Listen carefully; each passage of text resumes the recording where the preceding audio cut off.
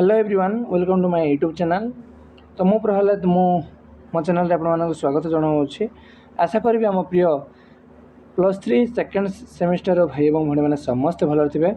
तो आग को जो अच्छी आम सेकेंड सेमिस्टर ठीक अच्छे विशेषकर मुझे कौच ओडिया ऑनर्स पिला तो निहाती भाव में आज वीडियो संपूर्ण शेष देखिए कारण आज वीडियो आम एमती किसी डिस्कसन करवा जहाँकि आम फास्ट इयर मुझे करी ठीक अच्छे आपर first year first semester core paper 1 core paper 2 थिला किंतु एबे कोर पेपर 3 और कोर पेपर 4 अच्छी तार सिलेबस देवी और केमिति आप प्रिपेरेसन करेंगे आग को आपर अच्छी सेकेंड सेमिस्टर एग्जाम ठीक अच्छे। तो यही एनईपी पिला माने ना बहुत जन स्टूडेंट बहुत पिला माने बहुत किसी पिला बैक लगाउछन्ती ताहा माने आपण मैंने जानीपे ठीक अच्छे। तो सेमिति आपण केमिति बैक न लगेबे ताहा मु आज चिंता करिकिना मु आपको भलसे क्लियर भाव में बुझेबी ठीक अच्छे। तेणुक जो मैंने आग को सेकेंड सेमिस्टर परीक्षा देवे ताहले वीडियो को संपूर्ण शेष देखूँ कारण मुझे आप सिलेबस सहित लास्ट एंड एग्जाम माने 8 सेमिस्टर ठीक अच्छे 8 सेमिस्टर जाए आपको कौन कौन करने पड़ो फास्ट सेमिस्टर रु 8 सेमिस्टर जाए माने केतोटी सेमिस्टर एग्जाम हम माने माइनर पेपर कौन होते हो ए टू जेड प्रोसेस मुझे कहबी पिला देखो बहुत जन कॉलेज रे क्लास ऑलरेडी हो सारी ठीक अच्छे ताहा मु कहूना मुझे यूनिट गोटे क्लास करना तो आज मुझे आपने प्रिपेरेसन करेंगे ताहा मु चिंता करके मु डेली अपलोड क्लास करी ठीक अच्छे। तो चलो अधिक किसी न कही आम प्रथम semester second semester third semester fourth semester तो से सबको आमको कौन कौन करने पड़ो ठीक अच्छे जहाँद्वारा कि आमको बैक न लगे अच्छे ठीक अच्छे। तो देखो मु भलसे क्लीयर भाव में आपको बुझाई दूसरी ठीक अच्छे आपण कौन कौन करने पड़ो है। तो फास्ट सेमिस्टर रे आपने जानीपे जे दुईटी पेपर थिला आमर भाषा विज्ञान साहित्यर स्वरूप ठीक अच्छे। आपड़ जिते सेकेंड सेमिस्टर माने 20 सेमिस्टर देवे ताहले आपन कौन कौन आस जाउची कोर पेपर 3 रे आसुची प्राचीन ओडिया साहित्यर इतिहास एवं कोर पेपर 4 रे आसुची मध्ययुगीय ओडिया साहित्यर इतिहास। तो आमको यह ही फोकस करिवार अछि ठीक अच्छे यही दुईटा सब्जेक्ट को ही बहुत माने प्रायोरिटी देवार अच्छे। तो मु तो कहि आपण माने निहाती भाव में कोर पेपर को अधिक अधिक समय दे पठन करंतु कारण यही पेपर पिला माने बहुत बैक लगाउछन्ती ठीक अच्छे। तो देखो आपड़ जिते माने 20 सेमिस्टर रे भलो रखिबे मेजर पेपर 3 और मेजर पेपर 4 रे ताहले निहाती भाव में भविष्य में आपन सर्टिफिकेट निहाती भाव में काम को लगे ठीक अच्छे। किंतु आपन जदि नेक्स्ट माने प्रॉपर्ली गोटे मेजर पेपर 1 रे जदि बैक लगाउछन्ती ना ताहले निहाती भाव में निजे पछताइबे ठीक अच्छे। आपन को माने आगो को काम तो आसीबो किंतु बहुत लेट रे आपन मानको जेकोसी काम भी होई पारे ठीक अच्छे।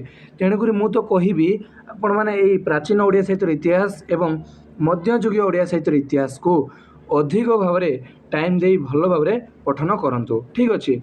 तो देखो आमर सरीगला माने एटा होची माने फास्ट इयर पिला माने ठीक अच्छे एटा होची फास्ट इयर रे अच्छे आपनकर माने first semester second semester next आसीगला आपनकर सेकेंड इयर आपन कौन कौन करने पड़ो तो सेमिस्टर थर्ड माने थर्ड सेमिस्टर आपको देवाई पड़ो आधुनिक ओडिया साहित्यर इतिहास और नवजागरण युग और सत्यवादी धारा ठीक अच्छे।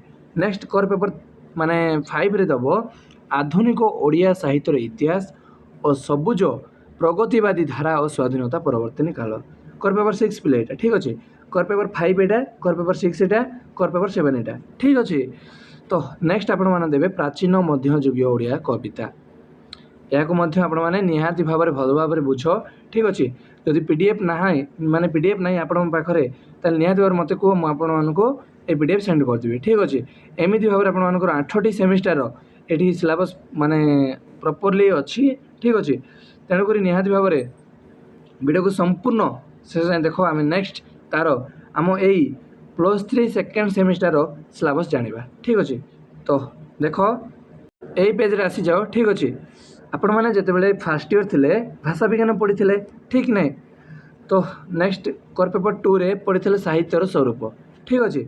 कोर पेपर 2 रे साहित्यर स्वरूप पढ़ी नेक्स्ट देखो आपण मानकर आसीगला कोर पेपर 3 है जी। तो देखो तृतीय पर्याय जोटा कि सेमिस्टर आई माने सेकेंड सेमिस्टर है कोर पेपर 3 देखिपे प्राचीन ओडिया साहित्यर इतिहास एसबू आम गोटे गोटे माने एत सुंदर भाव क्लास करवा माने आपण निहाती भाव में देखो है डायरेक्टली आसीजे पाठ्य विषय को कौन कौन पढ़ाई पड़ो आमको देखो प्रथम यूनिट पढ़ाई पड़ो प्राक सारला साहित्य ठीक अच्छे तार चर्य गीतिका और नाथ साहित्य विषय पढ़ा जोटा कि तार नाथ साहित्यर सामाजिक कौन साहित्यिक कौन धार्मिक कौन ए ठू जेड मुझे एत सहज बुझेबी जहाँकि मु गोटे लंग क्वेश्चन थ्रू रू बुझेबी आपड़ से लंग क्वेश्चन को जब भल भाव में बुझे ना डायरेक्टली जो प्रश्न पढ़ू निहाती भाव में से आंसर ठीक हम ठीक अच्छे। नेक्स्ट देखो द्वितीय द्वितीय एकक देखो सारला साहित्य प्राक सारला साहित्य पढ़े तापर नेक्स्ट पढ़े सारला साहित्य तो सारला साहित्यर तार सामाजिक कौन ऐतिहासिक कौन सांस्कृतिक कौन साहित्यिक मूल्य कौन ए सब विषय पढ़े ठीक अच्छे। नेक्स्ट अच्छी तृतीय एकक है पंचसखा साहित्य बलराम दास और जगन्नाथ दास तार विशेष अध्ययन पढ़े है फोर्थ माने लास्ट चतुर्थ एकक पंचसखा साहित्य पढ़े ठीक अच्छे। प्राक सारला साहित्य पर पंचसखा साहित्य को आसीजे ठीक अच्छे जमीक आनंद दास जशवंत दास अच्युतानंद दास ये सब विषय पढ़े है तो मुझे गोटे गोटे क्लास करी तेणुक जमा टेंशन नियो ना ठीक अच्छे। नेक्स्ट देखो आपंकर आसीगला कर पेपर 4 ठीक अच्छे कर पेपर 4 और मध्ययुगीय ओडिया साहित्य इतिहास ठीक अच्छे तो यार आपर मेजर पेपर है तेणुक